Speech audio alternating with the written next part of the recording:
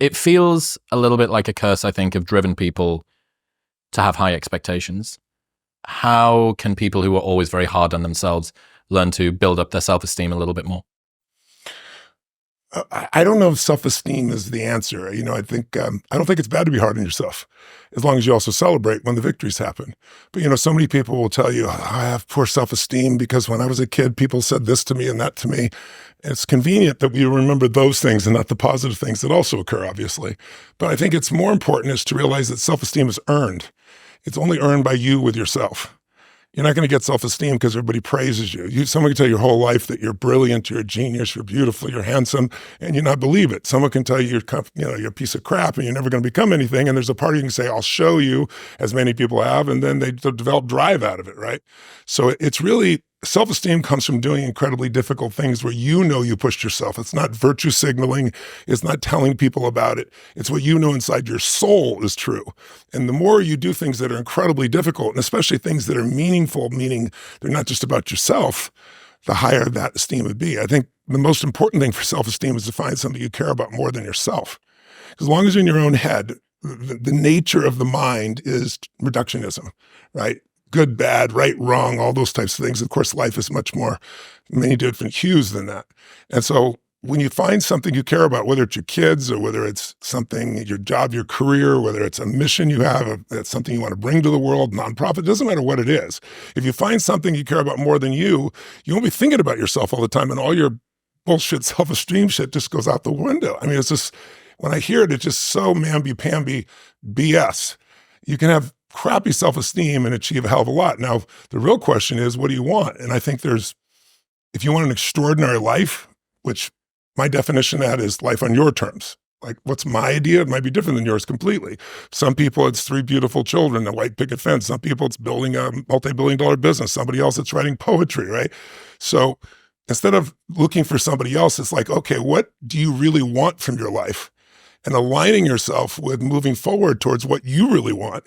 And I think if you can do that in a way that also you feel serving others simultaneously, there's a sense of meaning in life that can't be replaced by self-esteem or praise or compliments or being nice to yourself.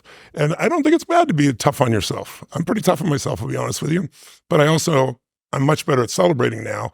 And I also realize being overly tough on yourself usually comes by making, comparisons that don't make sense. I remember I just was walking by and I saw, as I was walking here, a picture that reminded me of something, which was years ago, I was in Atlanta, Georgia. I was in my early 20s, 23, 24, 25, and I was doing a seminar. And in those days, there weren't 15, 20,000 people. It was 125 people. I remember because it was the biggest seminar I'd done. I thought it was so exciting. And I give my heart and soul and, going 12, 13 hours a day. And on the third day, the rooms were so small, then I'd go by and look in everybody's eyes. I gave everybody a flower. I mean, it was just, I look back now, it seems silly, but it was really just, I wanted to make that connection. I want to make sure that they had made that shift. I was like so obsessive about making a true transformation happen. And earlier in the day, I got a phone call from a friend of mine who said, the boss, Bruce Springsteen, he was the biggest star in the world in those days. I loved him. And he's 4 blocks from you. He's at, the Atlanta Stadium there where the Hawks play.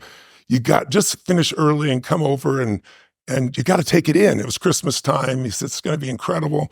I said, I'd love to come, but I said, I just can't do that. That's if I finish somehow in time, it all happens. He's still on stage. I'll call you and see what's going on. So I finished the seminar. I don't know how long it was, almost 11 o'clock at night.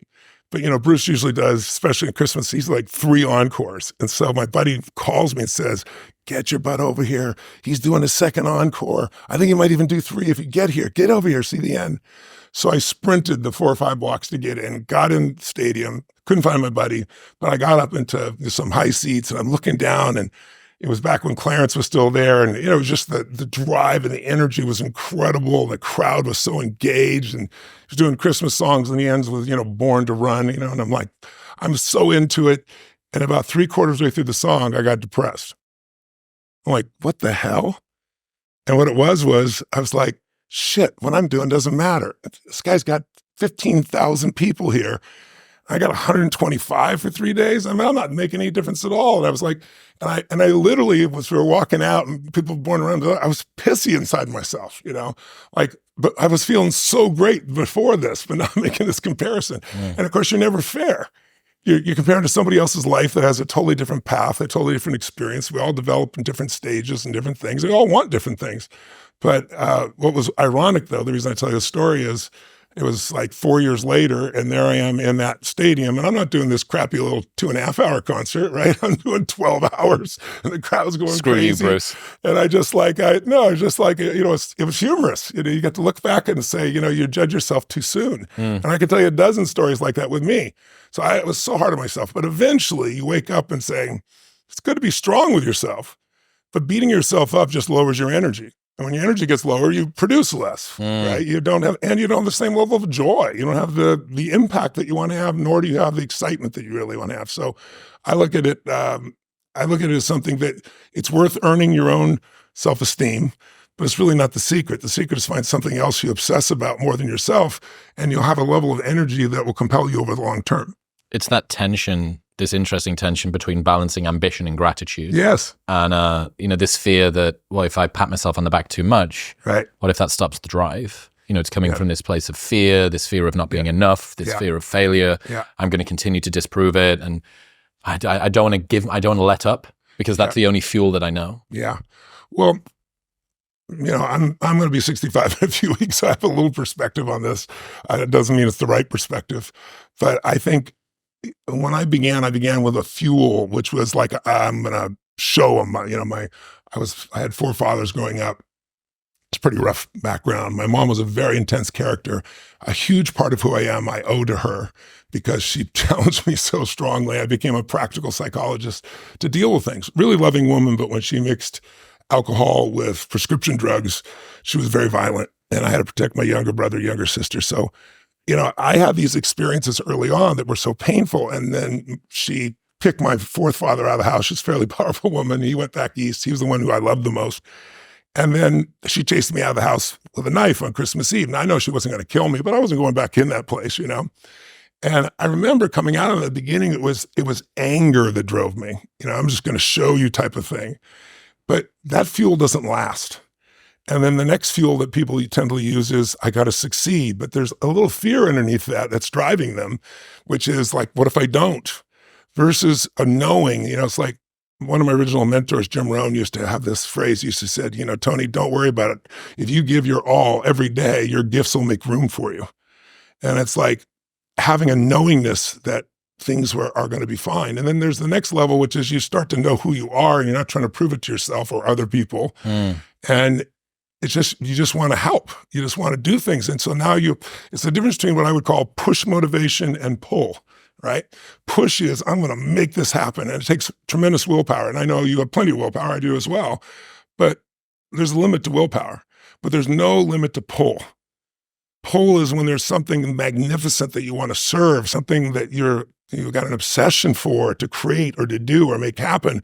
And that you don't lose that energy. You don't lose those components, and you're able to laugh and enjoy along the way, as opposed to, oh, my God, if I don't keep doing this. And I used to believe that too. It's like, I got to be so intense every moment. And then my wife's been a huge help in that also. When I met her, I was like, I'm a serious mofo. I want to change the world. I work 20-hour days and stuff. I want to laugh more. Some days I wish I hadn't said that to her, because she's so crazy, but she's one of the great gifts of my life. And I surround myself with so many brilliant and funny people that my life has, the joy and the achievement. I think that's a balance a lot of people are trying to play with as well. They like to take things seriously. They care about their work. They're earnest, right? Yes. Earnestness being the bravery to take your emotions seriously. Yes. And this can end up sapping the fun and the play out of life. Yes. So you want to be treated like a serious person, like an operator, like someone that's here to actually do things and make a dent in the world. But you also realize after a while that if you're doing it so tightly, it creates this sort of brittle fragility around whatever you're doing. And when you look back, you have this series of miserable successes that you kind of gritted your teeth through. And you go, well, okay, I got the outcome that I wanted, but really what's the outcome I'm trying to achieve? Well, it's an enjoyable emotional state. Yes. What I'm trying to do is feel good in the moment as myself. And so, winning, achieving the thing, financial freedom, the business, all of that stuff is a reliable route toward getting you that. But there's a much more direct route, which is to enjoy the thing. So there is another tension here, I think, between seriousness of pursuit and joy and ease in the moment, and finding the balance between those two is something I think a lot of people struggle with. That's true. It's an art. It's chemistry, right? And you don't get it right in the beginning, and it takes time, and you have to have the intention to want both. I remember when I met my trainer Billy years ago. He's one of my dearest friends, and he's brilliant. And he said, "What do you really want out of your training?" He goes, "Because what I find is I don't know why you even need me." He goes, no one needs to push you. I got to push you back. I got to stop you from going that hard. He goes, I said, no, I'm not looking for motivation. I said, I want to be specific. I want to produce very precise results. But I said, at this point, I think I've been working out like a crazy person. I suppress my oxygen. I do, you saw what I do. It's just ridiculous. I'm a biohacker, right? I have to be. I got to go on stage and do 12 to 13 hours and hold 13, 14, 15, 20,000 people's attention for 4 days, right? When they won't sit for a 3-hour movie somebody spent $300 million on, it takes a level of energy. I'm not just standing there talking. I'm running up the side. I'm doing these things. So I said, I don't want to give up any of that. I need that power in me to be able to produce. But I said, I want to have fun. He says, what does that look like? And I said, well, I don't know. I think, when I was a kid, I used to play racquetball. I said, maybe for the aerobic, instead of just running, maybe we'd, do something that's fun to do. And he goes, that's great. Let's do it. So we called around, no racquetball courts anywhere, but squash. Do you play squash? Yep. Yeah. So you can appreciate squash is awesome, and it's more strategic and hell of a lot better exercise than, racquetball is. So I got into playing squash, and it was like, wow, it added a whole nother dimension. And then that led to, at this stage, if I go someplace and I'm going to be kind, which I want to be, it's not a 20-minute drive and 20-minute back. It's 20 minutes, in and out. I'm sure pictures and, just connecting with people and taking care of them. And so, man, I don't have time for this. So that's how this happened down here. It's like I imagine there's a racquetball court somewhere near us, or a squash court. Squash court is just over there. Yeah, brilliant. So it's like, I came here and said, we're going to build this. But it's just like, so I built this whole place for fun. I mean, if you came here, you probably came by slide, I assume. My first delivery to a podcast via slide and gravity. Yes, correct. Yeah. So when we come to build this place, I said, the guy's saying to me, you got 25,000 square feet. You've used up all the space. Where are you going to do this? I said, down here. And he goes, what do you mean down here? I said, below the surface. He goes, no. The ocean's here. The intercoastal's here. You're below the water table. I said, well, have you ever been to Scripps Oceanography? You ever been to, the Atlantis Hotel? I said, yeah. I said, that's what we're going to do. He's like, oh, it can't be done. I said, what do you mean it can't be done? Other people have done it. He goes, well, you never get approved. I said, the mayor here, we're good friends. I'm sure people in the community like it. We'll get approved. And so it leads to a place of fun. We're sitting in the place of fun. We've got 7,000 square feet below the surface. No one knows it's here. It's below the water. We built like a submarine around the outside of this. And so we got squash courts and my bowling alley and all the stuff for my kids and my grandkids. And it's the play area. So I think it's also important to have environments that call out the play, and environments that are convenient to pull out the play. You can live by the ocean. I used to live on the hill in Del Mar, California, and almost never went to the beach except when friends came and wanted to take them there. When you live on the beach, I'm on the beach every day. It's there. So it's like you can engineer your life to have more happiness. But I think the real challenge is thinking so hardly about being taken seriously just represents your fears, right? It's like, I think spiritual development, when people talk about spiritual, not religious development, spiritual development is the level of comfort you can have with just being your real self. And I think that's not an easy task, because we all are trying to be something, but we already are that something we're trying to be. That doesn't mean you can't be better, but it's like accepting and appreciating what you really are, and instead of projecting, something else, takes a lot of pain out of your body, takes a lot of wasted energy out. It gets a lot of fears to just disappear. And I don't have an easy path for that. I think it's the hero's journey. What is it? Your life is ordinary and everything seems fine, and then something hits you, and it's the call to adventure. It doesn't feel like a call. It feels like somebody in your family's got cancer. It feels like, COVID and somebody shut down your business, or, some issue that's happening in your relationship with your kids. But if you take the call and you go on the journey, you're going to meet some new friends. You're going to find some new mentors. You're going to battle with internal things within you and external things. But if you keep going, you're going to eventually slay your dragons, and you come out the hero of your own life, and you have something to share that isn't bullshit. It's not something you read somewhere. It's something you've lived. Something you want. And everybody can feel you've lived it, because it's a different level of ownership, And then, by the way, as soon as you do that, it happens again. You're called on another journey. You have a new level of challenge that you need to go on. It just never ends, but it makes life really, really beautiful. One of the things that I've been hearing you talk about a lot recently that seems to tie into this is the difference in life between when you focus on things that are wrong and when you focus on things that are right. And I think a lot of people have managed to achieve quite a bit of success by avoiding pitfalls. You present them with something they can say, well, that's wrong and that's going to be an issue and we need to make sure that that's sorted there. But as you've said, the things that you focus on seem to appear more frequently in your life. And if you've justified to yourself and if you've built up this habit, this stack of evidence that it's useful for me to focus on where potential pitfalls may be and make sure that I can avoid them. But I don't want to do it in my personal life. So when you've developed this pattern, yes, and that is now going to be ported over into everything. So when your partner comes through the door and does something that pisses you off, the first thing that you don't think is, I'm so grateful to have her. Like she's so wonderful. Think about all of the things. It's like she fucking left. The makeup's out on the counter again and she didn't clean up the such and such. So just dig into that difference between focusing on what's right versus focusing on what's wrong when it comes to your trajectory in life. Well, I think it's important to realize wherever focus goes, energy flows. It's corny, but it's true, right? In fact, maybe an easier way of saying it is we don't experience life. None of us do. We experience the life we focus on. So in any moment, what's wrong is always available. So is what's right. So it's not about being positive. It's about being intelligent. Right? When you're in a totally negative state and the world's going to end and there are people like believing that in the next 12 years, the entire environment's going to collapse and they won't have a child.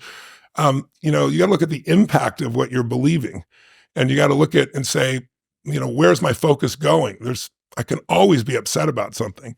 I can always find something to be joyous or at least grateful for, which leads to joy. And I think it's having that, learning to discipline your disappointments. Not allow them to grow and to move on and to use whatever life has given you.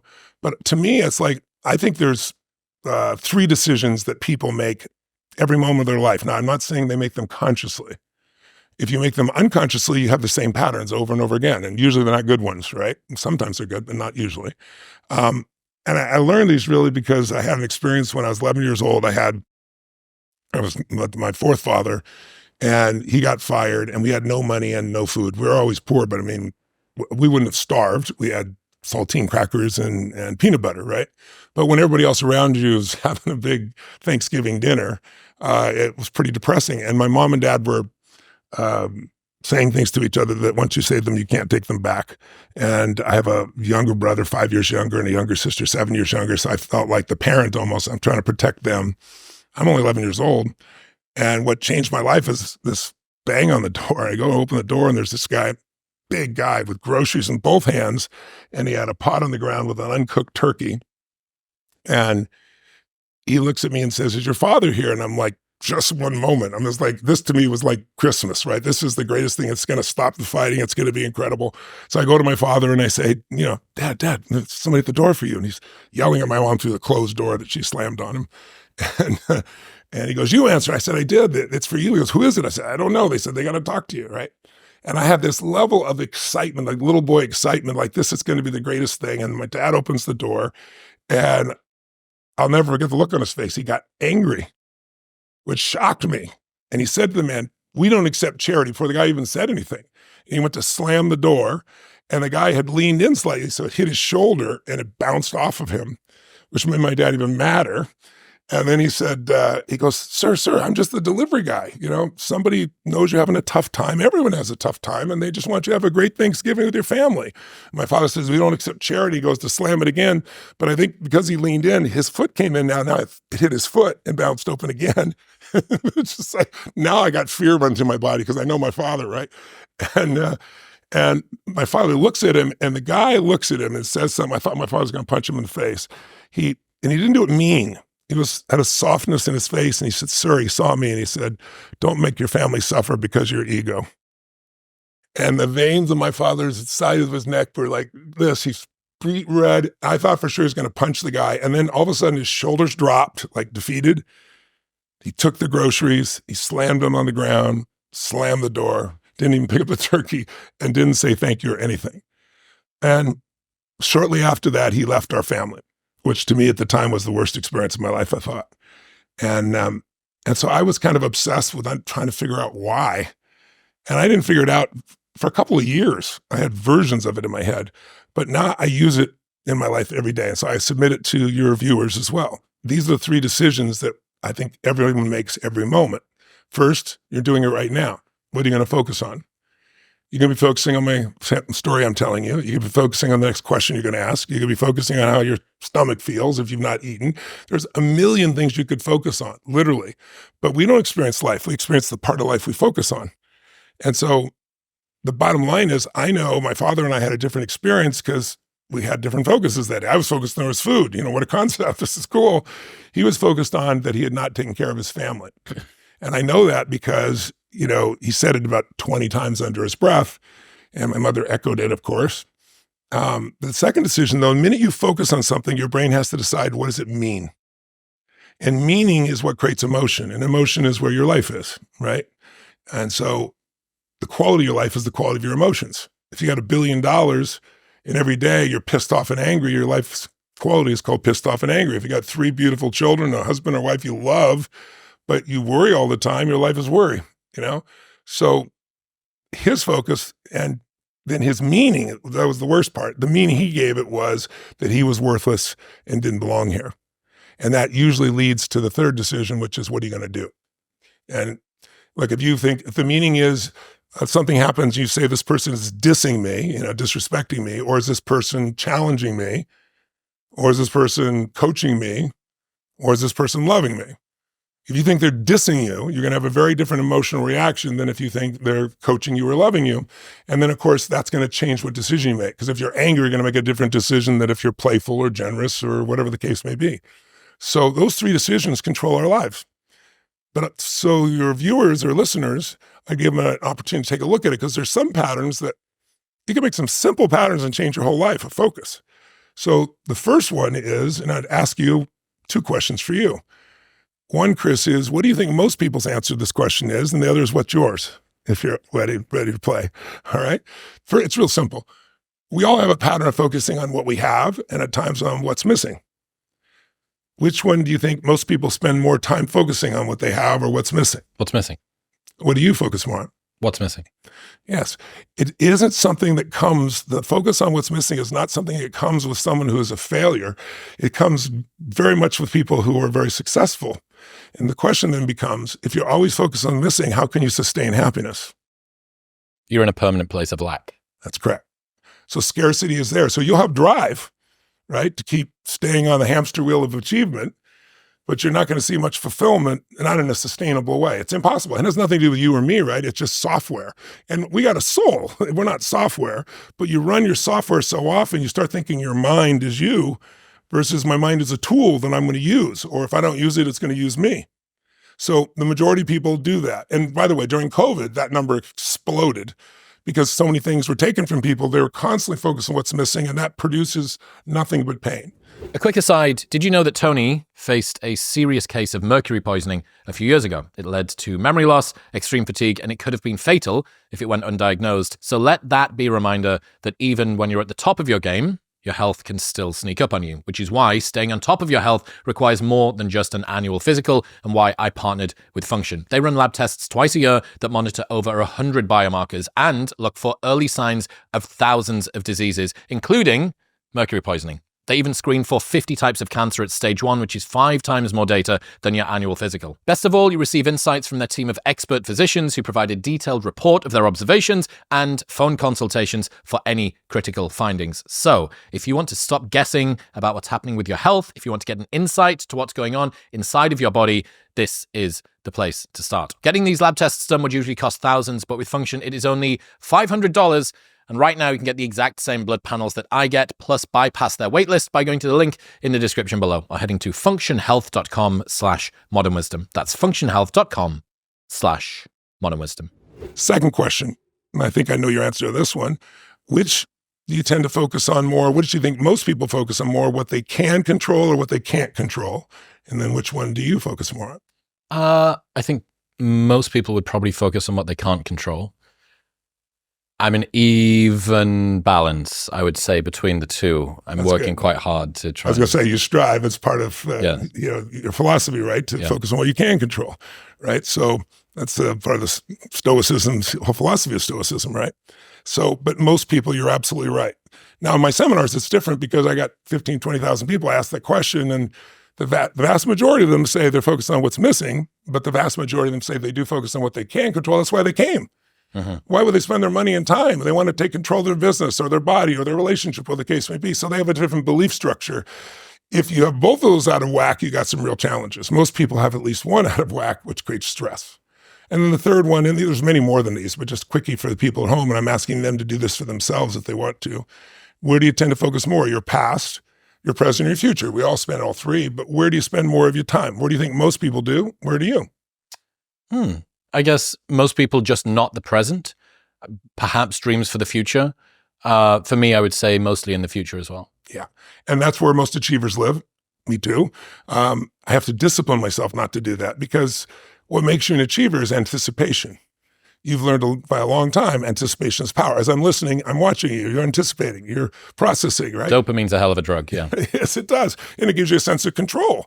And there, also, if you don't anticipate, it's like playing a video game against the child. Now, you're a different generation, so you might kick the child's ass. I don't know. But my generation, I didn't play any video games. So if a child, is your nephew or your niece or your grandson, granddaughter, or your son or daughter, and you give them a gift, let's say, of playing a video game, you give them a new video game for Christmas or their birthday, what's the first thing to do? Oh, come play with me, Pops. Come play with me, Uncle. Come play.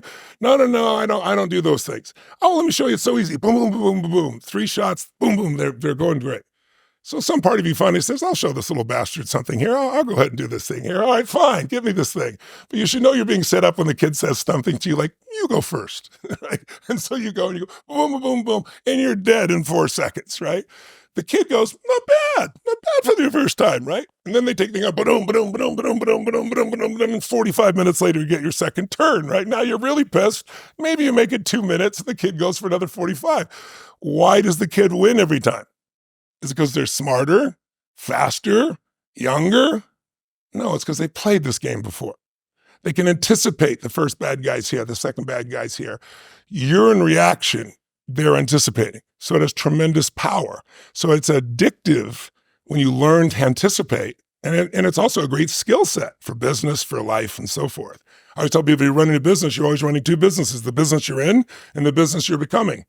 If you only focus on the business you're in, someone's going to replace you. If you only focus on what you're going to become, you're going to have the cash flow to be able to get to that place, right?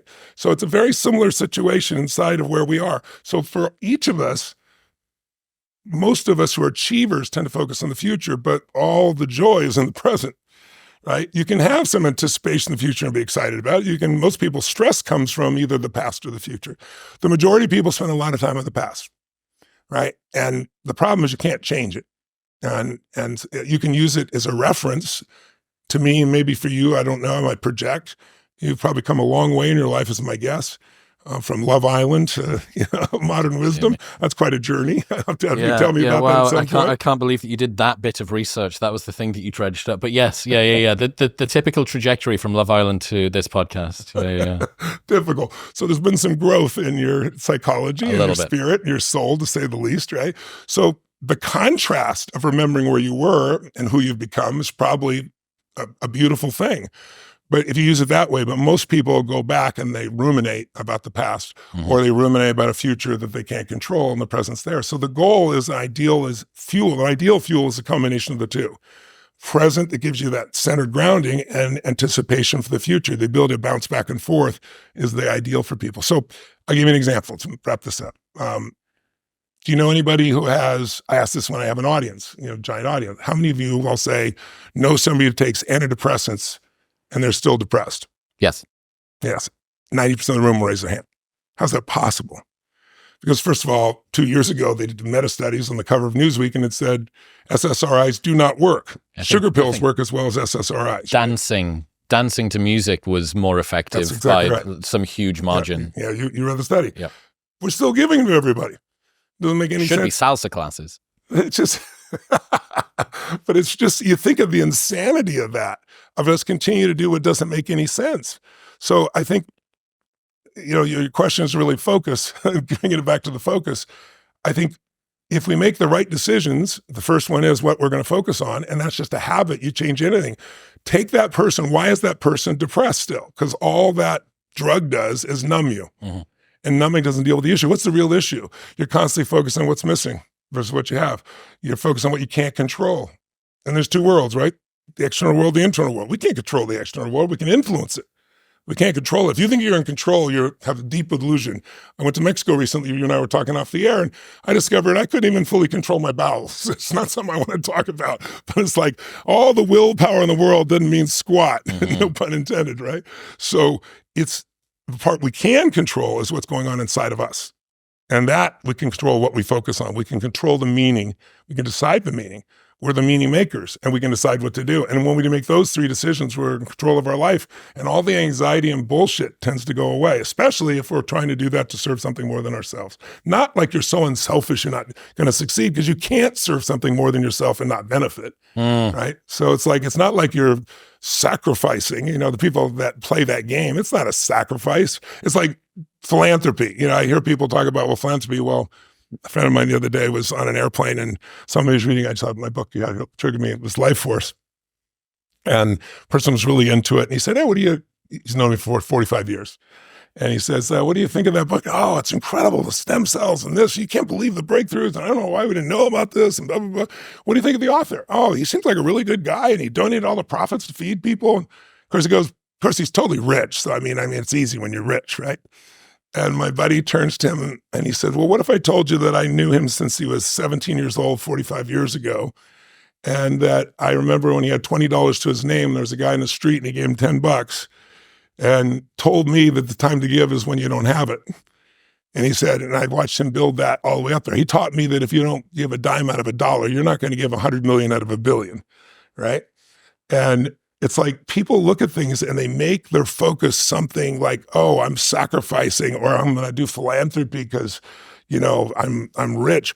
No, you do philanthropy because it's a source of kindness and love. Philanthropy can be your attention. Philanthropy can be your time. Philanthropy can be a buck, $5.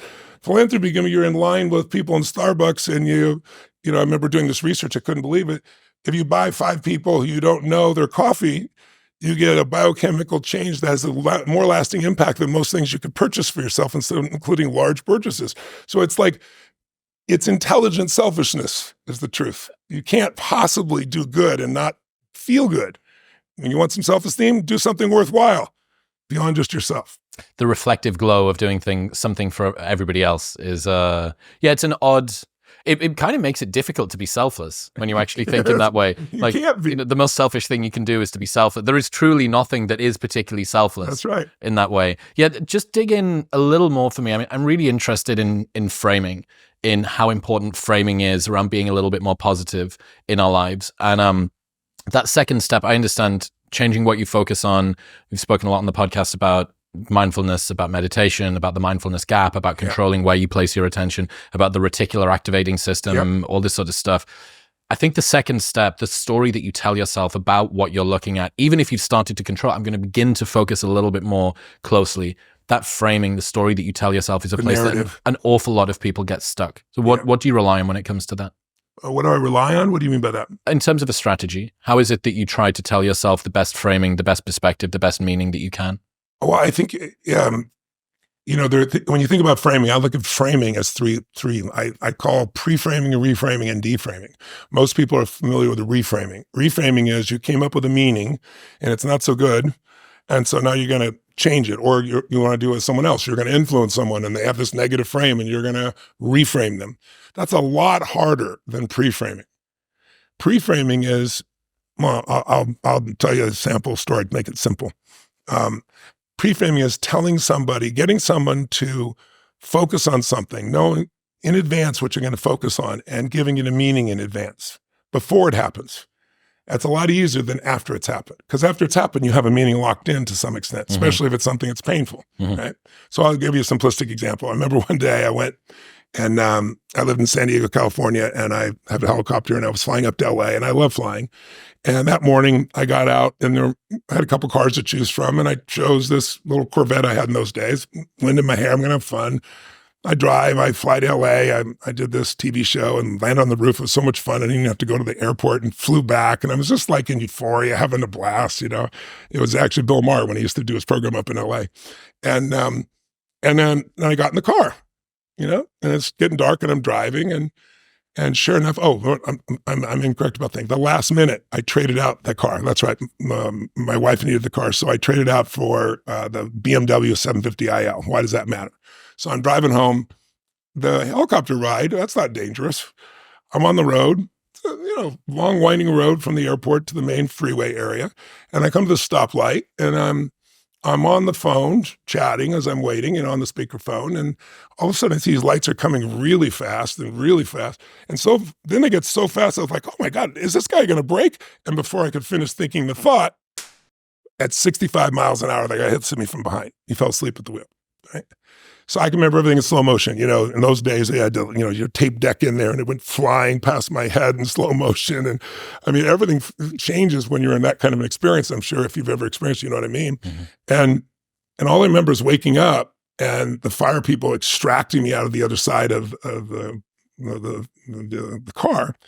And they're like, want to take me to the hospital? And I was like, no, I'll see my chiropractor in the morning. And then I woke up the next morning, I couldn't move. It was pretty rough.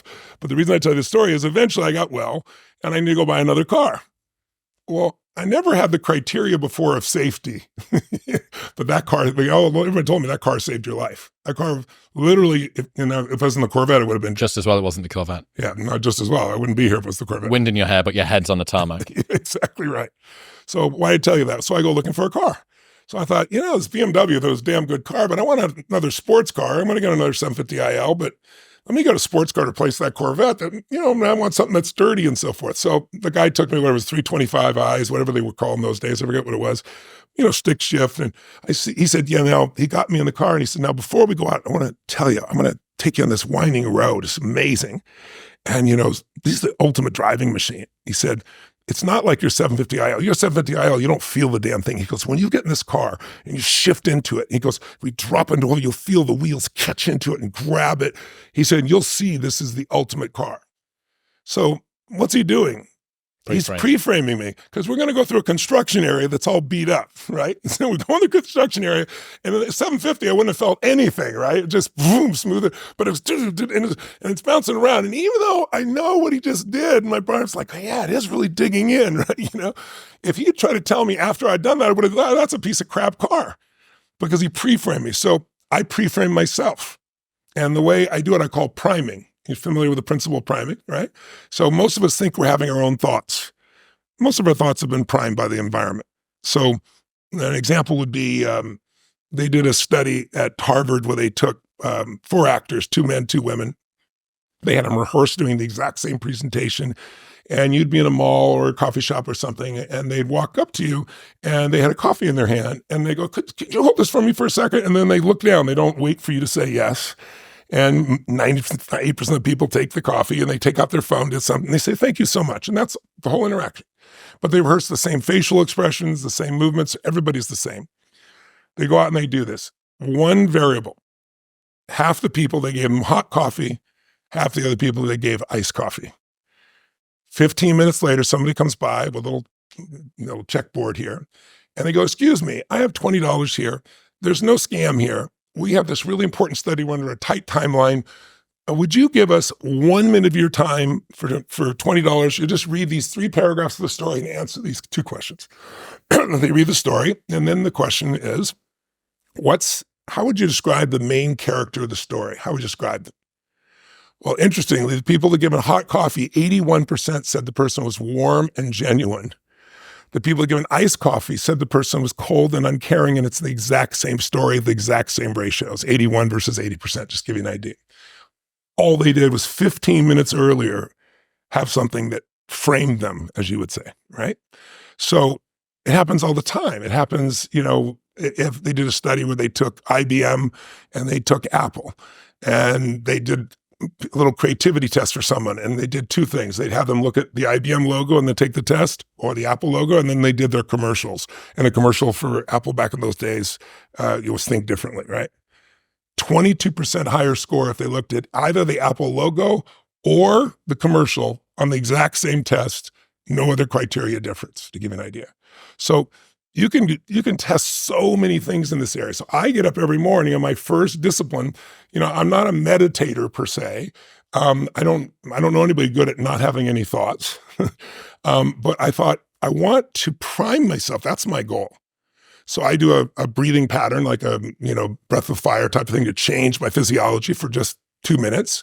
And then I do 3 things, and I do it for just 10 minutes, because my view is, if you don't have 10 minutes for your life, you don't have a life. And I want to prime myself so whatever comes into this world, I have the best chance of handling it really well. And I'm training my nervous system. What's the emotion I want to train? Gratitude. Why? We all know the 2 emotions that destroy your relationship, your business, your life, it's fear and anger. Those are 2 extremes. You can't be grateful and fearful simultaneously. You can't be angry and grateful simultaneously. So what I do is I start my day, I make those changes, and I close my eyes or I look out at the water, and I think of 3 things that I'm grateful for just a minute each. But I don't think of it like over there, like if you've ever been on a roller coaster and I ask you what it's like, some people remembered it over there. No, I remember it like I'm in the front seat going over the edge, because then you get the authentic biochemical changes. So I'm there, and I do 2 strong things, and usually 1 simple thing, like the wind in my hair or my daughter's smile or something of that nature. So I don't just get wired for unbelievable things, but that primes that nervous system. And then the second thing I do is I take 3 minutes, and it's kind of like a blessing or a prayer for the people around me, for the people I love. I start close, I send it out there. And there's been a lot of studies, I'm sure you've read, that Dalai Lama and others have done on compassion for strangers, what it does to your brain. And so I do it every day. And then the last 3 minutes I call 3 to Thrive, where I focus for a minute each on something I really want to make happen. But I don't sit there and pray for it, hope for it. It's like, I give thanks for it as it's done. I see it as done. I experience it as done. I wire my reticular activating system. I can speak in shorthand to you about this. So now it's going to notice anything that relates to that, but it has a joyous feeling to it as well. And I'm done in 10 minutes, and I'm ready to rock and roll. So then, I do my cold plunge, and I do the parts of my normal daily ritual, but that one I do. And then I'll have like 60 seconds, of joy, or 60 seconds of piece that I'll do in the middle of the day, and I'll just think of one of those things if I want to reactivate it. But that pre-frames me, right?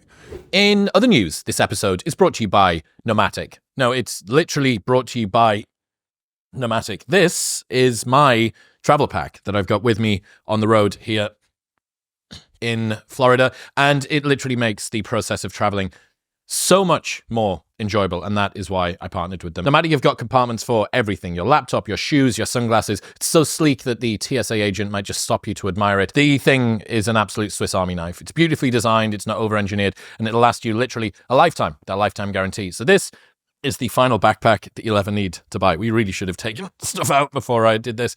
Anyway, you can return or exchange it within 30 days for any reason. So you can buy a new bag, fill it with possessions for an entire month, and if you don't like it, they'll give you your money back. Plus, they ship internationally. Right now, you can get 20% off everything I use and recommend from Nomatic by going to the link in the description below, or heading to nomatic.com/modernwisdom. That's nomatic.com/modernwisdom. But then I also have certain beliefs. We all have beliefs that pre-frame you or not. And one of the core beliefs I developed over the years was just that I think everything happens for a reason. I think there's a higher purpose. I think it's my job to find it. I think that life happens for us, not to us, but it's our job to figure it out. And a lot of times I feel like something's happening to me. So I'll give you an example. It's like not being fed as a child.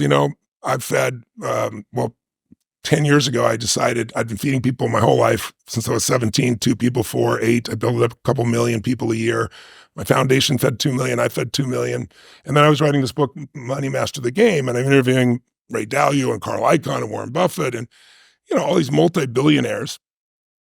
And Congress had just cut food stamps, which they call the SNAP program now, by $6 billion. It means every family would have to give up a week's worth of food unless people like you and I showed up. So I called my team and I said, how many people have fed in my lifetime? And they said 42 million. And I was like, wow, I was thrilled. It wasn't the number I knew. And I said, what if I did that in a year? What if I did as much as I've done in my whole life in a year, 50 million? And what if I did 100 million a year? What if I did 100 million a year for 10 years and did 1 billion meals? And I did it in 8 years with Partnership Through Feeding America. And it's like, when you do that, when you when you produce a result that seemed impossible, then what's next gets even bigger and even more available, right? It just expands. You're pre-framed to be able to do even more versus reframe. And so now, because of the war in the Ukraine, most people don't realize it's the breadbasket for Africa. So there's about 11 nations that are on the verge of famine. You'll never hear about it in the news. No one cares. And then you need fertilizer. 50% of the world food supply comes from fertilizer. The WF doesn't want you to use it because of the environment, but you need it. And it's in Russia and it's been cut off. So I talked to Governor David Beasley, who's the head of the World Food Program, brilliant guy. Actually, MBS put us together one day. He said, "You two are feeding the most people I know. I want to put you together." And I said, "How big is the problem?" And he said, "Tony, normally you'd be in a position where, maybe there's, 8 million people that are on the verge of starvation." He goes, "This year it's 350 million. And he goes, "And no one's doing anything about it." And I said, "So how many meals would we need over the next 10 years to make the transition until we get sustainability?" He said, "You need 10 years. I said, "What would it be?" And he said, "I don't know, Tony, maybe 50, 60, 70 billion meals." I said, "Let's do a 100 billion meal challenge over the next 10 years. I said, "I did 1 billion. I wasn't a billionaire when I started." I said, you're going to get blessed by doing these things.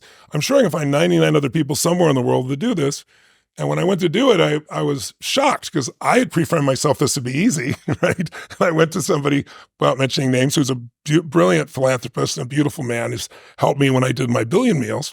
And he said, "Well, Tony, how much is that going to cost?" I said, "Well, it cost me about $100 million over 10 years. You're doing 100 million meals a year for 10 years. And this guy's worth about $20 billion. And he said to me, "That's beyond my pay grade." And so I had to kind of reevaluate.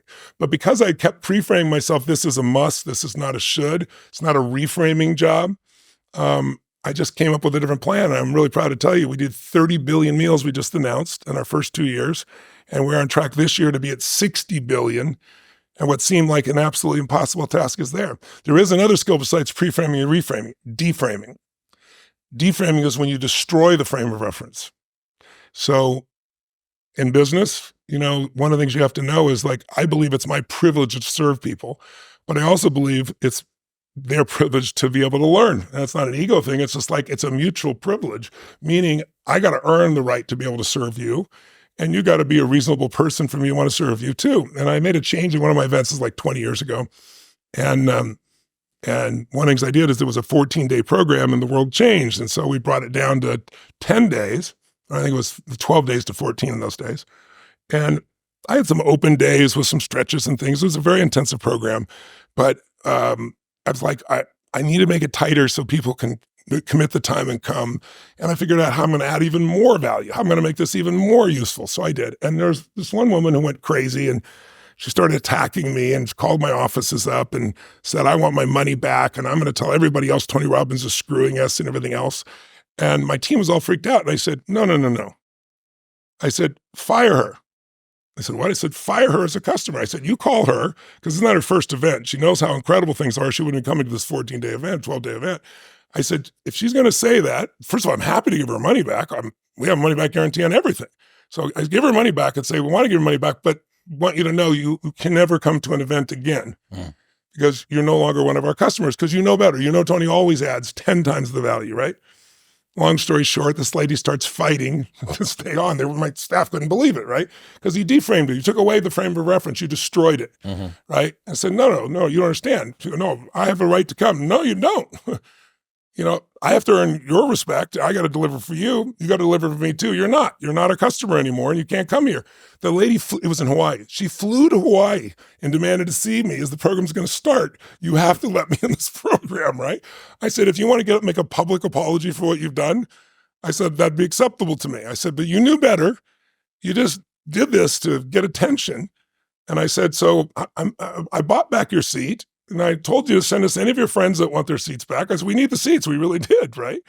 And so that was the end of it. And it gave a lesson to everybody on my team. I try to teach it to business owners. Like, not everybody's your customer. I'm not the right person for everybody. You're the right person for everybody. We have unique styles or approaches. And so we're not here to try to please everybody. We're here to try and serve the people that are really interested in being served. So pre-frame, reframe, and deframe as frames of references. But I think pre-frame is the most valuable. And if somebody wants to learn to do the priming, you can go to tonyrobbins.com priming. There's no charge for it. And there's a video I'll guide you through it if you want to try it. One of my friends used to work in a retail store, and he observed one of his bosses do something that was kind of interesting with the deframing thing. So somebody had come up, and there'd been some sort of an issue, I think, with the way that one of the members of staff had given them clothes that they were trying on. Something had occurred, but the customer was completely at fault. It was all them. And they came over to the supervisor and they said, this is a problem, and I need to speak to the manager. And the manager immediately one-upped and said, tell me exactly who did this. I'm going to get them fired on the spot. And this person immediately completely flipped what they were thinking. And he turned to my friend afterward and he said, only one person's allowed to be in the angry boat. That's great. I love it. I love it too. It breaks the pattern. Exactly. And that's all it really is, right? Changing the frame is breaking the pattern. Correct. But easier to break the pattern before it starts. Yes. Much easier. And then, by the way, it becomes, you train your neurons, you're training your nervous system to think that way. It's the ruthless thing about habits, right? The Matthew principle of, to those who have more will be given. To those who have less, more will be taken. Yes, true. And you've worked with, how many people have you serviced in person now? Do you know? Well, I think in live events we've had, I think it's 15 million people total, because, I've done these big ones like, where I do 1 million people at a time now. Some of these events, it's insane. So books, live events, in-person, online, audio courses, what have you come to understand about the things that can be achieved from people in a group context that maybe can't be achieved through self-directed learning? I think anything can be done by self-directed learning personally. I just think it accelerates when you create an environment where it maximizes. So, low energy, I have a frame, you may disagree with this massively. You get in your head, you're dead. I think when I say you have to have the head and heart connected, right? It's like, why don't people transform? Because they're in their head about it. They're thinking it through. They think that if I understand this, then it'll just happen. It's absurd. If you're good at something, you've trained it into yourself. I'm fortunate enough to own several sports teams or pieces of sports teams, and I have, championship drinks, all these sports. I wanted to be an athlete, so I relived it in a different way. But, the Golden State Warriors are one of the ones I have a piece of, and I've got a chance to work with them, their championship seasons, work with the players, and it's been totally fun. But you look at somebody like Steph Curry, and you see this guy, shoot the ball from almost half court, chomping on the side of his thing, and he doesn't even look. He turns around and just waves because he knows it's in already, and there's swish, and the crowd goes crazy. And people look at that and go, he's unbelievable. He's unbelievable. He's the greatest three-point shooter in history. There's no one like him. But what they don't pay attention to is that isn't like a little gift, right? He shoots 500 shots every single day, never less than that, 7 days a week, for more than 15 years. His 15-year professional career. He's been doing it since before he was in college. His dad really trained him. So think of that, 3,500 shots a week, 168,000 shots in a year, 2.52 million shots in his 15-year NBA career, so he can make 3,600 shots. Not even 1/10 of 1%. I tell people, you get rewarded in public for what you practice in private. Your training of your nervous system to do things is what really matters most. And you can't just be in your head. So I believe, to answer your question, the reason I still do events is that an event provides, first of all, immersion. You can learn a language a little bit at a time. And, you ask most people, unless they live in a place where they have to use the language and they learned another language in high school and college, they don't speak it anymore. They don't remember 10 words. But if you wanted to learn Italian and you have the time and money, I just drop you in Italy, drop you in Rome, and pick you up 4 months later. There is zero question you're going to speaking Italian because you're seeing it, feeling it, breathing it, doing it. So that's why I do 12 hours a time, 4 days. And people think it sounds insane, but it's only insane if you're not enjoying it. And people love it, even people that get dragged there, because we engage all their senses, not just their head. And so when all your needs are being met simultaneously, time flies. It's like a minute can feel like an eternity when you don't like what's going on. Hours fly by when you're really having great experience. So I believe the environment where we produce that much energy produces it. Now, when COVID happened, I'll give you a good example. Suddenly, I'm used to doing stadiums all over the world. And the first one I get is a phone call from Gavin Newsom's office in California. I'm about to do a program in San Jose, San Francisco for 14,000 people. And his office calls and says, we're really sorry, you can put 100 people in the stadium. I'm like, we got 14,000 people. That's not possible. So my whole thing is, okay, screw that. We're going to Vegas. They'll never shut down Vegas. 10 days outside of Vegas, after moving 14,000 people to go there, they shut down Vegas. So I'm like, screw it, we'll go to Texas, their own country. The governor says he won't melt, he's not going to bend, you know. I got a friend in Houston that has a big church there, 14,000 people, perfect. We rent the place. 2 weeks out, they shut down there. I'll do it in movie theaters, 1,400 movie theaters. We'll do this where, we'll put 10 people in every movie theater. That was what they limited us to. But they'll have a big screen, they'll have great sound, and they'll have some interaction. We're going to make this work. They shut down the movie theaters. So I built the studio, and I did something I wouldn't have done anything without necessity, which was like, I need to reach people where they are right now, because I don't know how long they're going to be stuck at home. This goes way beyond business. I got plenty of companies, plenty of money, but it's like, how do I serve in this time? And so it's like, okay, I'm gonna do a seminar where there's no money involved, because what's in the way? Money, travel, because most of the people just fly to another country to see me, that kind of thing. And even time. I want to give them immersion, but not enough that it's overwhelming to them. And so I set up this program. We're going to do 3 days, 3.5 hours, 3 hours each day, kind of like going to a movie, but one that changes your life. And let's invite people from all over the world. And the first one we had 383,000 people for, instead of 15 or 20,000 people for a seminar. And then the second one was 600. So last year was almost 1.5 million people. And I'm doing one again this year. And I'm super excited about it. It's one of the reasons I want to do your podcast. I want to get the word out, because I know you have a lot of young men in your audience that are looking to create a meaningful life, take things to another level. And they may not know if this is worthwhile or not, but they can come and they can do it from wherever they are. They can do it from their office or home. They can do it with a friend. There's no charge for it. It's not partially free. It's totally free. But the stories and the examples that come out of it when people get an environment like that, I give you an example of just a fun one, because I saw him the other day. So a gentleman named Matt, who never would have made it to one of my seminars. Why? He's in bed.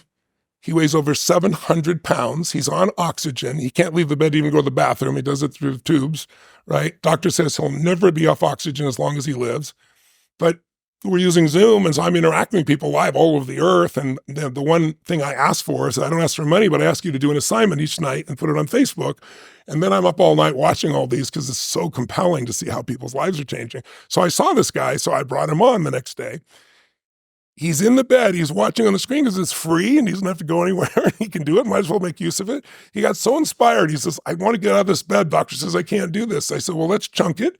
What are the first steps? First, we got to get some upper body strength. And I said, what do you got nearby? And he had like this thing you hang coats on. So I said, we're going to start with that, right? So he's in bed doing this little thing.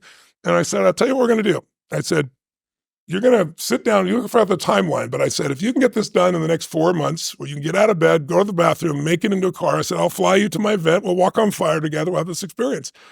He's lost now over 300 pounds. 325 was the latest number. He's inspired everybody in the community that's there. He drives a car now. He fell in love with a lady, and so I sent him my resort in Fiji so he could go celebrate and everything else. He's got a completely different life. He would have never done that in a million years. So it's my way of saying, yes, I can bring the event to you, which I didn't believe before. I didn't believe I could do that. But now we'll start at 10 a.m., let's say, in Florida here to do, let's say, a 4-day seminar that I'm going to do. And we have people from 193 countries participating, and we got 30,000 people instead of 10 or 15 or 20,000. And it's already midnight in Sydney, Australia, and I go 13 hours. So they're going to be up from midnight to 1 in the afternoon for 4 days, and we lose 3% of the people. So I found that environment can work as well, because we've learned how to, when people go to a ball game and they get shown on the screen, we know how to keep everybody so engaged. But I also get to see them, Chris, in their home, how they live. I get to see them with their dog and with their kid. I watch the sun rise and set while I'm still speaking, and what their level of focus is and where they go. And I can call them and say, John, what are you doing right there? I don't know the person's name in a live seminar, right? The guy jumps up, and I have these giant screens. I built this 50-foot high building with 20-foot high LED screens, 0.67, highest resolution in the world. I can see every pimple, every move, everything on you. So that environment is more powerful to me than just self-directed, but some people are self-directed. They say, screw you, I don't need that shit, and I do it on my own. I believe that too. So a book or a tape or something is there. But I find it accelerates the experience massively. Because it's like going to, a game and there's 1,000 people in the audience, or there's, 50,000. I mean, emotions are contagious. Somebody yawns, oh, don't do that. You start to yawn, right? Or somebody laughs and you start to laugh. So I love using that dynamic as an accelerator. Before we get back to Tony, let me guess. You wake up in the morning, you brush your teeth, you get dressed, then you walk out of the door. Congratulations, you've achieved normal. But what about being normal plus hydrated, which is where Element comes in? Element contains a science-backed electrolyte ratio of sodium, potassium, and magnesium with no sugar, no coloring, no artificial ingredients, or any other BS. It plays a critical role in reducing muscle cramps and fatigue. You're going to throw more at me. Whilst optimizing brain health, regulating appetite, and curbing cravings. This is why I've used it every single morning for over 3 years. It's why Element's used by everybody from Dr. Andrew Huberman to Dr. Mike Israetel. And this orange flavor in a cold glass of water is a beautiful, sweet, salty, orangey nectar that I've started my day with for as long as I can remember. And I'm going to keep talking about it because I genuinely feel the difference when I'm hydrated versus when I'm not. And you should too. And they've got a money-back guarantee where you don't even need to return the box. So it's completely risk-free. So you can buy it. And if you don't like it for any reason, you just get your money back. And you get a free sample pack of all 8 flavors with your first box by going to the link in the description below or heading to drinklmnt.com/modern wisdom. That's drinklmnt.com/modern wisdom.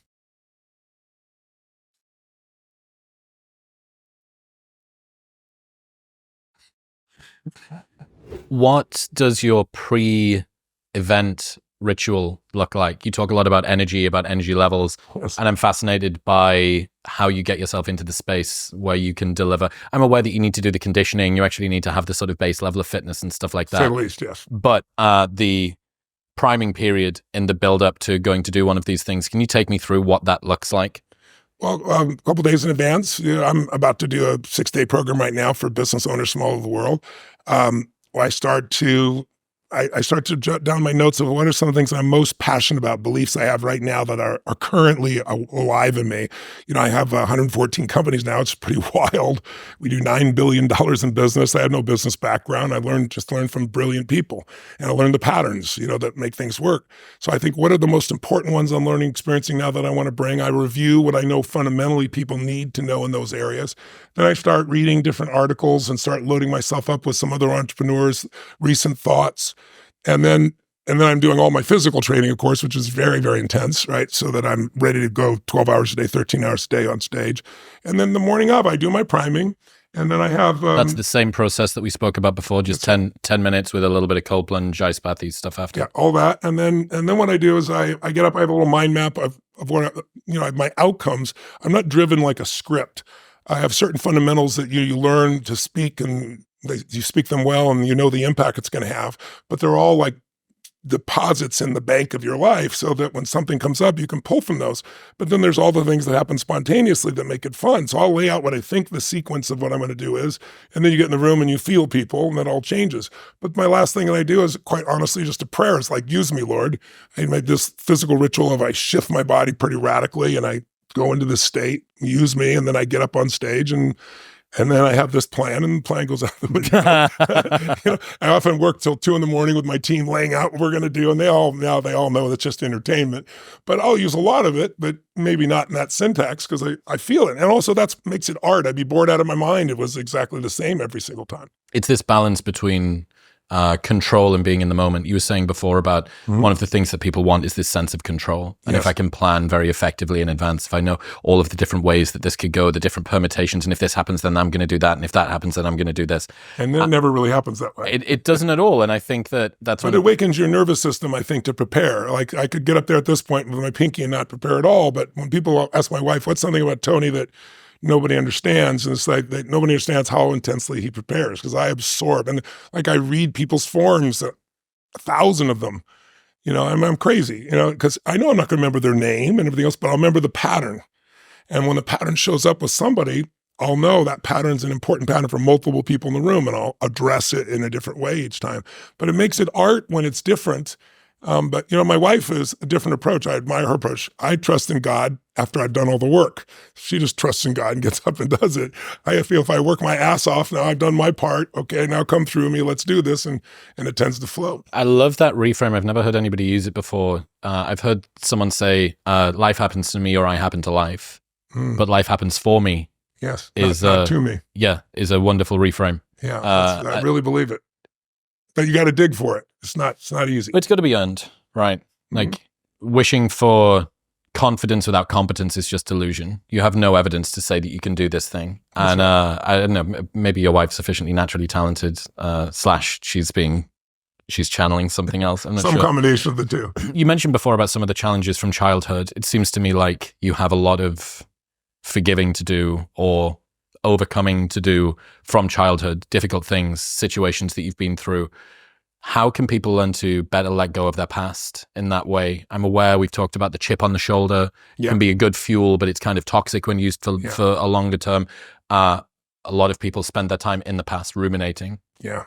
What is a better way to let go of the things that you think were unfair? Maybe you don't get to have closure about them. Maybe you don't get to have that final conversation with that bully from school or your parent or carer or whatever that didn't treat you in the way that you wanted. How would you say people should let go of their past more effectively? If you want freedom, if you value freedom, you can't possibly have it as long as you played the victim role. And even if you were physically victimized, and my mom, I don't look at it that way. She was physically intense, and you could call it abusive. I prefer not to use that language because that also puts in that place.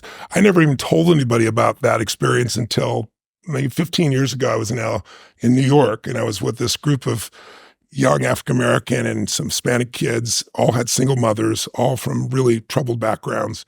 And I started talking to them about various things. And I'm trying to get across that biography is not destiny. And I was giving them different examples of people. But I could just see him, I could just mind read, look at this big, tall, white guy, and he's wealthy and easy for him, right? So I told them everything, things I never told anybody. And every single one of them was crying their eyes out. I was crying too. But then I got them to see that like none of that makes you who you are. None of that controls where you are in your life. I was like, if my mom had been the mother I'd hoped she'd be, I would not be the man I'm proud to be. So, and she did many beautiful things. But, if I was a well-fed kid, would I be providing 30 billion meals for people? Would I work this hard to feed people that I'll never meet and never know and will never say thank you to me? I'm not looking for it. No. I mean, I'd love to believe I do. I'm a good person. You're a good person. But I wouldn't have had that hunger without that. So that's where that belief comes from. That's like, life has been happening for me. I don't know if you can relate to this. My bet is you could. Maybe your viewers or listeners can. It's like, have you ever had something happen in your life that was horrible? I mean, it was painful. You'd never want to go through it again in a million years. You wouldn't want anybody else to go through it that you care about. But after 5 or 10 years, you look back and you say, I never want to go through it again. But now I see the wisdom in it. I'm glad it's like it made me care so much more. It made me so much stronger. It made something in me more. I mean, I'm sure you can relate to that, can't you? Yeah, for sure. I mean, the world in which something happens to you when you're younger. So for me, school wasn't that fun, quite heavily bullied, quite alone, quite isolated. And at the time, you kind of just get through it. You don't really realize it's just life, right? That's just childhood to you. The what is water to the fish question. And then you grow up a little bit, you kind of realize, that probably wasn't so good. That probably wasn't so healthy. And then you learn a little bit more about yourself and you start to realize, well, look at all of the ways that I've had to compensate for that. Look at all of the ways that it's held me back. Look at all of the beliefs that I have about myself. And God, if only that hadn't happened, then I would be here or I would be there. And then you realize, well, the light side of all of that dark stuff is usually the stuff that I'm most proud of myself for. Yes. So the fact that you were maybe a little bit alone in childhood means that you're very self-sufficient when you're an adult. Or the fact that you didn't have anybody to support you means that you have no concern about working on your own and continuing to take a bet on yourself, so on and so forth. So you end up having this really strange loop where you go from unconscious incompetence in that you've somehow been through something that you really hate to this sort of awareness of how it's held you back, to this awareness of how it's propelled you. And then you have to get to this really difficult place, which is, okay, so this is a thing that I kind of wish hadn't happened. and yet I'm grateful that it did.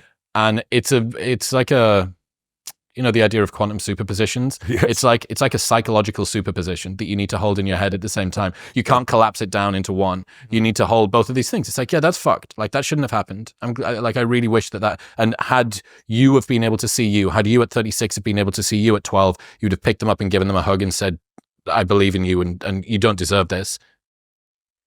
But it needs to happen to you if you're going to become the sort of person. And I don't hold them separate. Yep. I put them together.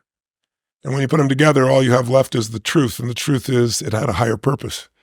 It was meant to be. Now, I don't believe like everything's meant to be. I think situations are meant to be, and then it's our job to choose how we're going to use them or be used by them, right? I think that's the difference. But I think there's nothing to forgive. I know there's nothing, like people say this, but you have so much to forgive. F that and forgive. There's nothing to forgive. I mean, it's like if I get to a deeper truth, a deeper spiritual truth, a soulful truth, it's all like soul contracts. Like, so we're all here for something more than ourselves. And it's not until you realize that you stop the childhood thing of, I need to forgive people, or I need to, maybe you want to think about what you want other people you want them to forgive you for, or you can make an apology, because we all screw up. We all do stupid things. We all do things we're not proud of at different times. The secret is, do you do something about it, or do you just ruminate or beat yourself up or pretend it isn't there? Well, that balance is really, really difficult. Between turning pain into motivation and recognizing that it's there. So you're not denying that it's there, but you're also not wallowing in it, but you're also not just using it as the only pain, but you're also realizing that you've had to alchemize it, transcend and include it in Wilberian language. It's a delicate balance. And I think that there's a few things in life, and the older I've got at 36, the more I've kind of realized that a lot of realizations just come along for the ride as a byproduct of getting older. And we can do a lot of the things. We can read the books, we can go to the seminars, we can attend the online events, and we can expedite some of these realizations. But there's some insights that are just hard won by time. Some that's true with, I think you're right about that. But I also think it can be accelerated by who you spend time with. I've had the great privilege of having some great mentors. They're all 18 to 20 years my seniors. So, some I knew when I was, 20 and they were 40, and now they're 80 and then, 82, 83, 84, and I'm going to be 65. You're just holding on to the coattails in their way. Because they've given me a look at the pathway of life. We're not all the same by any stretch, but there's certain fundamental things you go through. I remember some of them would tell me things, like when you're 40, you're going to think this or feel this. I was like, read between the lines. Shut up. You're full of it. You know what you're talking about. But there were certain things that it turned out to be really true. So some of those you experience, but then once you've experienced enough of them, you don't have to wait to experience everything. You can start to project, wait a second here. There's some real deeper truth here. Yeah. And one of those, I think, is it's not hard. I'd invite you to consider, you don't have to hold both. The holding both is like the piece of being afraid that if I really enjoy myself, I won't have the same level of drive. Once you're a fucking achiever, the drive is never going to leave you. It's just a matter of now you can do it more elegantly if you choose to. Agreed. Yeah, there's a cumbersomeness to doing it when you grip very tightly. Yeah. And this ease and grace thing, finding more joy, finding more fun, learning to let go, that's something that I'm really, really obsessed by at the moment. If your energy levels are a little low, or if you're not performing in the gym or the bedroom the way that you would like, your testosterone levels might be at fault. And one of the best ways to naturally increase your testosterone is with Tonkat Ali. And I first heard Dr. Andrew Huberman talk about the really impressive effects that tons of research was showing, until you realize that most supplements don't actually contain what they're advertising. Momentous makes the only NSF-certified Tonkat Ali on the planet. And that means that it's so rigorously tested that even Olympic athletes can use it. And that is why I partnered with them, because they make the most carefully tested, highest quality supplements on Earth. This is a huge part of my brain, body, and sleep stack, which makes a big impact on my cognition and my strength and my recovery. And if you're still unsure, Momentous has got a 30-day money-back guarantee. So you can buy it and try it for 29 days. If you don't love it, they'll just give you your money back, and they ship internationally. Right now, you can get 20% off all of their products plus that 30-day money-back guarantee by going to the link in the description below, or heading to livemomentous.com/modernwisdom and using the code modernwisdom at checkout. That's livemomentous.com/modernwisdom and modern wisdom at checkout. I'm interested, you mentioned there about your the amount of work that you put in, reading these forms, the preparation that you do for all of these different events, and even with the alchemy that you've done letting go of things from your past and the way that you've turned it into a version of you that you're incredibly proud of. I'm interested in how much peace you have in life, whether you would say that you are, that how often you're able to access peace with all of the things going on. It was the most peaceful, most happy stage of my life by far. I look at things in terms of seasons. I remember in early 90s, I interviewed, I don't know if you've read The Fourth Turning. Did you read that book by chance? No. Oh my gosh, please read it. I think you'll find it really valuable. I was coaching President Clinton. And in those days, I also coached Gingrich. I was on both sides of the aisle because I'm an independent, right? So I want to help both sides. So I left literally the president, and he had this book. And I was reading, it was a big, thick book. It's, what's the other one they have? It's basically 500 years of American history, Anglo-American history. And it was written by the same guys that wrote The Fourth Turning. And I asked him about it, and he told me a little bit about the patterns of generations and how they work. I was fascinated how it shapes history. I go to Gingrich, who's a historian, and the same book is there. And so I grabbed the book, and then The Fourth Turning came out a little bit after that. It was one of those throwaway books, at a discount. And I love those books, because they're contrarian. And I picked it up. It wasn't popular, and I read it. And it's a book that basically describes that history has patterns and seasons to it, just like everything has seasons. So I look at it this way. Maybe a simple way to explain it is I have 5 kids and 5 grandkids. I have a 50-year-old daughter, and I have about to be 4-year-old daughter in a couple months. So I have quite an extreme group.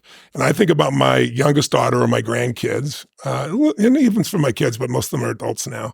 And I think the world is changing so much, nanotechnology, obviously algorithms, AI, all the things that are coming, robotics. The change, we're at the base of unbelievable transformation. We're going to see more change in the next 5 to 10 years than in the history of humanity. And that's not an exaggeration. Well, there's going to be a huge number of jobs that are disrupted from that. And listen, 200 years ago, 85% of America was a farmer. Now it's 4% and we feed the whole world because of technology. But that happened over a long period of time. We're going to see changes like self-driving cars. There's several cities where they're operating right now, right? Ubers and so forth. How long is it going to take before every truck and every taxi will be there? Well, that means every Uber driver, every taxi driver, who's going to hire a truck driver who can work 8 hours a day? You got to pay for the health care, and they complain and crash sometimes. And crash, where you're going to have a 24-hour day that better insurance, and you get to depreciate the asset. I mean, these jobs are going away. That's 8 million jobs in America. That's as many jobs as we lost in 2008 when the crash was happening. So, and no one's preparing for it. So I remember talking to Obama about it. It's like, this is coming, He goes, well, Tony, I said, is anybody got a plan? Are we going to educate these people? This is going to be social disruption, right? He says, well, we've talked about, the payments, what's it called, UBI. And I said, yeah, but the UBI, it'll never be enough money because once they adjust to it, it'll be more. And UBI doesn't give anybody meaning. There's a fascinating couple of studies that you probably caught that came out in the last 6 months about that. It's really not good. No, I know it's not good. The outcomes are really, really, well, you could predict that. Well, you don't have to be brilliant scientists to figure that, right? It's a decade ago, and a bit of human intuition would have taught you that. Yeah. But the point is, they said, what's being done? He goes, well, we think it's going to take a lot longer. It'll be fine. I mean, it's not. So how do you arm yourself or your kids for a world of such change? You have to learn rapidly. And so you need 3 skills. You need skill number 1, to be able to really recognize patterns. You're very good at that. I'm not throwing stuff your way. I watched a couple things you're doing, and you do your homework, and you recognize patterns, you utilize them, you recognize them in yourself, which is one of the things I respect even more, and you use that to improve yourself, right? But when people are fearful, when they have anxiety, it's almost always because they don't recognize the patterns that are happening. Because if you recognize the patterns, things are very predictable. What looks like chaos is just because it's not been a pattern you've seen before. Like if you look at history as an example, it's like, this has never happened. You hear people talk about, we've never been this divided as a country and all this stuff. It's such bullshit. And there was a civil war. What's that? There was a civil war. Yeah, there was a civil war, but there's a little sheet I brought down. Do you have that little sheet? Can I borrow this? I'll just read you this because I thought it's entertaining. I showed this in an event the other day. This is 2 placards from a photograph of them or reconstruction of them from John Adams versus Thomas Jefferson. They're running for president, right? So let's see how divided they were. This placard says, if you elect Thomas Jefferson, murder, robbery, rape, incest, and adultery will be practiced throughout the land. Are you prepared to see your dwellings in flames, your female chastity violated, or your children writhing on the pike? This is what Adams wrote about Jefferson. It makes like Trump's Hitler sound pretty kind. Almost.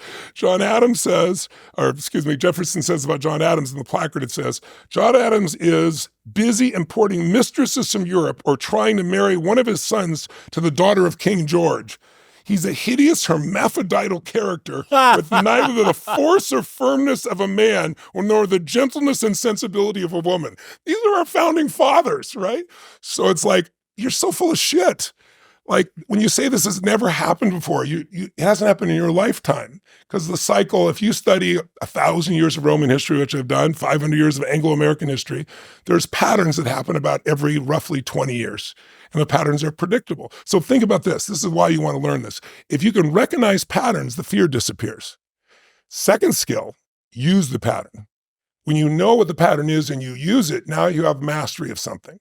Now you can do better than most people in that area. So I interview all these people, the best investors in the world, they're all different, but I recognize the patterns that are in common. And when I'm done, my billionaire clients love it, and the average person can learn from it because the patterns are fundamental, right? If I want to learn the piano in the beginning, I have to learn probably somebody else's patterns that have figured it out. That's how I learn. But if I use those patterns over and over again, I'll eventually get to where I can do the third skill, which is pattern creation.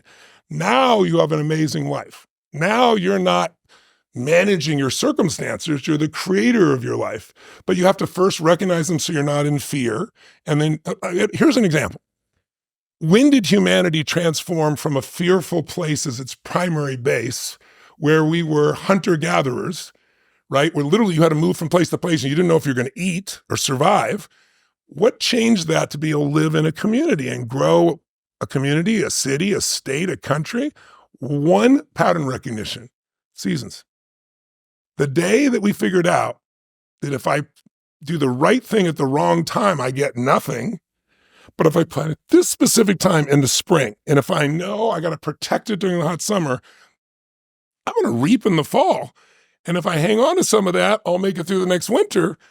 That changed humanity completely. One recognition. And most of us don't have that recognition of the season. So here's a season for you and your audience to consider. What season are you in right now? Because human life has 4 seasons, if we want to call it that, as an oversimplification. 0 to 21 is springtime. What do you know about springtime? Is it hard to grow during springtime? Things grow automatically in springtime. If you start a business in springtime, you're going to think you're the business genius. No, you're just in springtime. Everybody's optimistic. Things grow easily. Goes. It's an overall theme. It lasts about 17 to 20 years on average. And then we exhaust that emotion. It's like even good emotions get exhausted. Do you ever smile so much your face hurt, right? So it's like you need variety. So then we go into a different season. We go into the summer, which tests you. It's hard. It's more difficult. And then if you make it through that time, you get to reap. And if you make it through that time, you get to be tested again. So it's always, we get easy times and tough times. Why is that important? Well, 0 to 21 is your springtime. Some of us had to go work at 7 or 8 years old, but we're still protected. If there's a war, you didn't go to war, right? Someone fed you most of the time. You're primarily being poured into education, information. So it's a pretty easy time. Then you go 21, 22 to 42. That's your summer. That's your testing period. And I think that's the period that you're coming to the end of. And that testing period, by the way, all the studies show it's the most unhappy time in most people's lives, because you start out feeling you're invincible, right? You learned all this stuff and you're like, I don't know if I believe all this crap I was taught. I'm going to do this myself. I'm going to be president of the United States, a multi-billionaire, and have 100 relationships simultaneously, and everyone's going to be happy. And you believe this shit, right? Then by the time you're 35, you're like, oh shit, man, one relationship I have a hard time with. And oh my God, I got divorced, or oh my God, I'm not president. So you're not so invincible. It humbles you, but it also makes you grow, because that stage of summer, you're basically the soldier of society. In fact, if we go to war, that's who goes to war. 22 to 42, a little bit younger, you get the frame. And then if you're in business, you're the soldier. But if you're growing in those first 2 seasons, then you're going to enter your power phase. And your power phase is basically 43 to 63. And again, some people get there at 36. Some people get there at some other time, but you get the range. And in that range, it's like you can do more with your pinky and get it done than, I'm sure you've experienced this in your life, mine too, than when I work 22 hours a day. Now, I still work 22 hours a day, but now I run 114 companies, not 2, And I can do 9 billion, not 100 million, it's a different game. And so, it's very rewarding, and it's when you really enter your power as a person. If you worked hard in the spring and the summer, then you reap in the fall. If you didn't, you weep in the fall, right? Then eventually, I can tell you this because I'm there now, and I never would have believed it. So I want to plant the seed, the possibility, and my friends, I'm going to say out there, who are also young men, and I think that's mostly your audience, what I could see, who are driven and hungry and want to be their best selves and don't want to settle.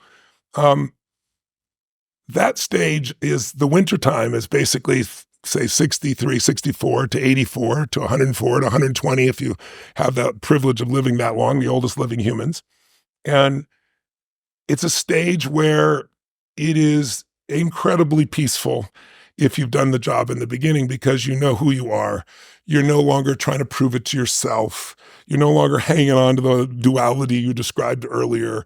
And you don't give a shit. It's like Aristotle said, how do you not be criticized? Say nothing, do nothing, be nothing, right? And you're like, F that, right? I know who the hell I am. And it's like, I'd love to serve everybody. It's not going to be right for everybody. I'm totally fine. But you're not trying to prove it. All you really want to do is serve. So I used to have these giant mission statements, change the world, all these things. And I do all those things. But now it's like my mission statement is, how can I help? And I get calls every day of my life. Somebody's got cancer or tumors or whatever, because, I've got so much expertise in the area because I've interviewed the best on earth, 150 of them. Or someone comes to me with a business thing, or it's something in a relationship, or it's an athlete. And so along with what I do formally, and when I go do my businesses, I have all this that's happening.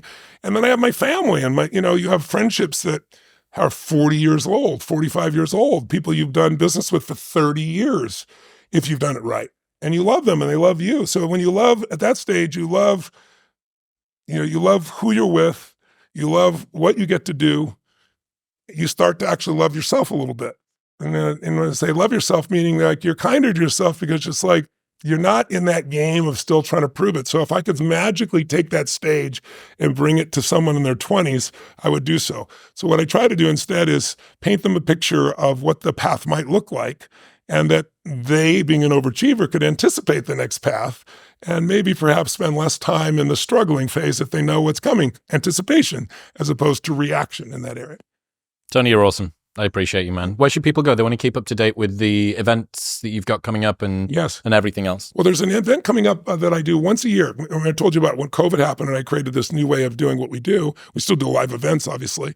But once a year, I now do that for free. I do it for 3 days. So I'm doing my next one January 30th, 31st, and February 1st. It's about 3 hours a day. So like I said, think of it like going to a movie for, once a day for 3 days, but it's your life. And instead of making New Year's resolutions that no one follows through on, it's really about creating a path and a plan and some of that transformation we're talking about. And it's really powerful. So there's no charge. It's not partially free. It's free. So you can go to timetorisesummit.com, timetorisesummit.com, get yourself enrolled. If you do it at the office, you can do it with some friends or at home. And I'd love to be able to serve them and see it happens. And if they want to know about other seminars and things, we're on social media under Tony Robbins or TonyRobbins.com. Heck yeah. Tony, you're great. Thank you so much for today, mate. Let's do this again soon. I look forward to it. Thank you very much.